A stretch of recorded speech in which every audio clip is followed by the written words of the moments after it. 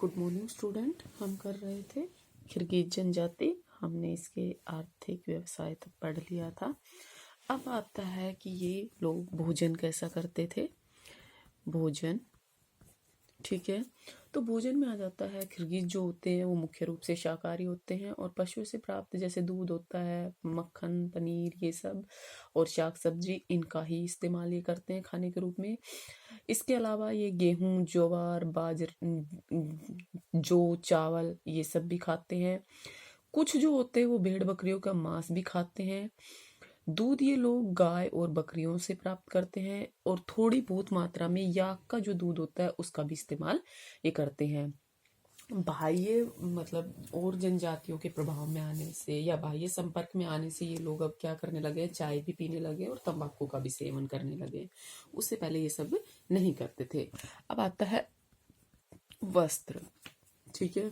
तो किर्गिज जो है वो खाल और ऊन से बनाए हुए कपड़े पहनते हैं। पुरुष जो लोग होते हैं वो लंबे कोट पहनते हैं और पजामे पहनते हैं। सिर पर खाल की जो टोपी बनी होती है गोल, वो पहनते हैं। स्त्रियां क्या पहनती है, खाल के कोट, पजामे और ऊनी कपड़े की साड़ी। ऊनी कपड़ा जो होता है उसको साड़ी की तरह लपेट लेती हैं और सूती या जो ऊनी स्कार्फ होता है वो भी बांधती हैं। सूती वस्त्र ये लोग कहाँ से खरीदते हैं, जो निकटवर्ती जो स्थायी निवासी होते हैं उनसे खरीदते हैं। स्त्री और पुरुष दोनों ही पैर में क्या पहनते हैं, चमड़े के बने हुए जूते पहनते हैं। किर्गिज जो स्त्रियां होती है वो ऊन काट कर स्वयं कपड़े बना लेती है और अच्छे अच्छे कालीन भी बना लेती है, गलीचे भी बनाती है, ठीक है। और ये लोग क्या करते हैं, वर्ष भर एक ही प्रकार के कपड़े पहनते हैं। ऊनी कंबल जो होता है उसका प्रयोग ये ज्यादा करती हैं। स्त्रियां जो होती है वो नाक, कान, गले में चांदी या सोने के आभूषण पहनती है, ठीक है। अब आता है इनका मौसमी प्रवाह। ये इंपॉर्टेंट है क्योंकि ये मौसमी प्रवाह करते हैं, ठीक है। मौसमी प्रवाह, क्योंकि जो लोग होते हैं वो क्या करते हैं, पशुओं के झुंड पालते हैं और चरागाह पर ही डिपेंड करते हैं ये लोग। और चरागाह में जैसे ही घास समाप्त हो जाती है तो ये क्या करते हैं, अपने पशुओं को उठाकर दूसरे चरागाह पर चल देते। उठाकर मतलब उनको मतलब पशुओं के साथ ही दूसरे चरागाह पर चले जाते हैं। शीत ऋतु में क्या होता है, पर्वतीय क्षेत्रों में कठोर सर्दी पड़ती है और हिमपात जब पड़ता है तो घास क्या होती है, नष्ट हो जाती है, घास ढक जाती है। और उस टाइम पर जो निचली घाटियां होती है वो पर्वतों की अपेक्षा क्या होती है, गर्म होती है और पशुओं के लिए वहां पर पर्याप्त चरागाह भी रहता है। तो किर्गिज लोग क्या करते हैं, शीतकाल में कहाँ उतर आते हैं, निचली घाटियों में और पठारों पर पशुओं को चराते हैं, ठीक है। और वहां पर ये क्या करते हैं, टेंट का शिविर बनाकर ये रहते हैं। शीतकाल में जो शिविर होते हैं वो बहुत बड़े होते हैं, विस्तृत होते हैं, जो प्राय किससे बनते हैं, जैसे अधिकांश जो कुल के लोग रहते हैं वो इकट्ठे रहते हैं। कुछ लोग गर्मी में भी यहाँ रुक जाते हैं और कृषि भूमियों पर जैसे कुछ फसलें उगाते हैं, ठीक है। इसके अलावा ग्रीष्म काल में ये लोग क्या करते हैं, निचले भागों के जो चरागाह होते हैं वो गर्मी के कारण सूख जाते हैं। तो ये लोग क्या करते हैं, ग्रीष्म जैसे ही गर्मी स्टार्ट हुई ये लोग अपने ऊंचे जो पर्वतीय क्षेत्र होते हैं वहां पर जाकर डेरा डाल देते हैं। और जैसे जैसे गर्मी बढ़ती जाती है किर्गिज जो होते हैं वो ऊपर की ओर बढ़ते चले जाते हैं, ठीक है। पूरे ग्रीष्म काल में ये क्या कहाँ रहते हैं, पर्वतों पर, और वहीं पर अपने पशुओं को चराते हैं। जो मार्ग में पड़ने वाले चरागाह होते हैं, जल स्रोत होते हैं, विश्राम स्थल होते हैं, उनका चुनाव बहुत ही सावधानी पूर्वक ये लोग करते हैं।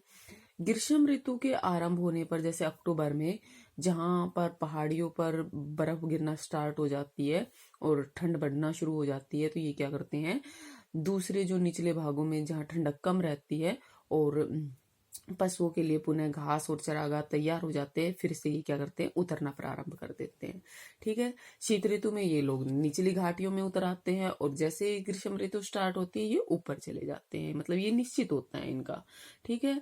और इनके जो चरागाह होते हैं उनकी सीमाएं निश्चित होती है। ये निश्चित इसलिए होती है ताकि इनके आपस में झगड़े ना हो। ये चरागाह खरीदते भी हैं और बेचते भी हैं, ठीक है।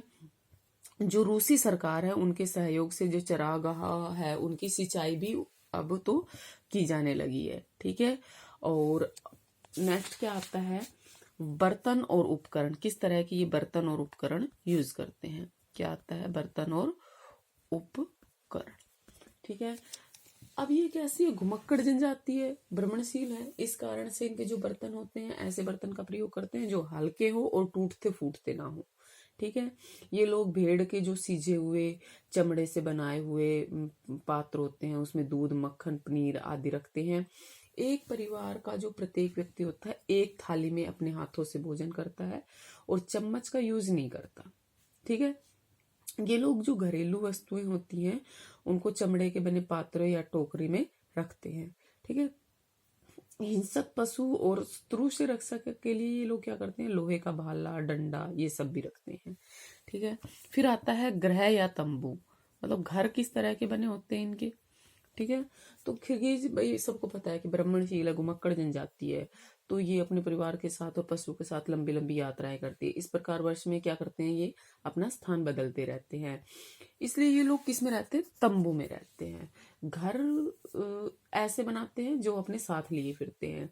तंबू जो होते हैं वो ऊन के नमदे से बनते हैं, चमड़े से बनते हैं, और रात्रि में जहाँ इनको विश्राम करना होता है, कुछ दिन यहाँ ठहरना होता है, वहां पर अपना डेरा डाल देते हैं। ठीक है। सामान्यतः जो इनका डेरा होता है, जो तंबू होता है, वो 10 से 40 मीटर व्यास वाला वर्ताकार लकड़ी का जो ढांचा होता है उस पर बनाए जाते हैं। ऊपर से उनके ऊपर क्या ढक देते हैं, ये ऊन और चमड़ा जो होता है वो मढ़ देते हैं। धुआं निकालने के लिए तंबू की छत में एक छेद छोड़ देते हैं। ऊन की जो मजबूत रस्सियां हैं उससे तंबू को क्या किया जाता है, कसकर तान दिया जाता है। जब बर्फ पड़ती है, ठंड पड़ती है, वर्षा जब होती है, इन सब से जो